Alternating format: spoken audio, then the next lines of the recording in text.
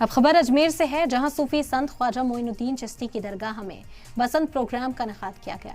इस बसंत प्रोग्राम में कौमी यकजहती की मिसाल देखने को मिली, जिसमें मुख्तलिफ मज़ाहिब के लोग शामिल हुए। बरसों पुरानी रिवायत के मुताबिक शाही चौकी के कव्वालों की तरफ से अमीर खुसरो के लिए कलाम को गाते हुए दरगाह में कव्वाली पेश की गई। तो वहीं बसंत का जुलूस निकाला गया। जुलूस में शाही कव्वाल और उनके साथ हाथों में फूल का गुलदस्ता लिए हुए बसंत के गीत गाते हुए चलते हुए नजर आए। जुलूस बुलंद दरवाजा शहद हानी गेट से होते हुए अहाताए नूर पहुंचा, जहां मजार शरीफ पर फूलों का गुलदस्ता पेश किया गया।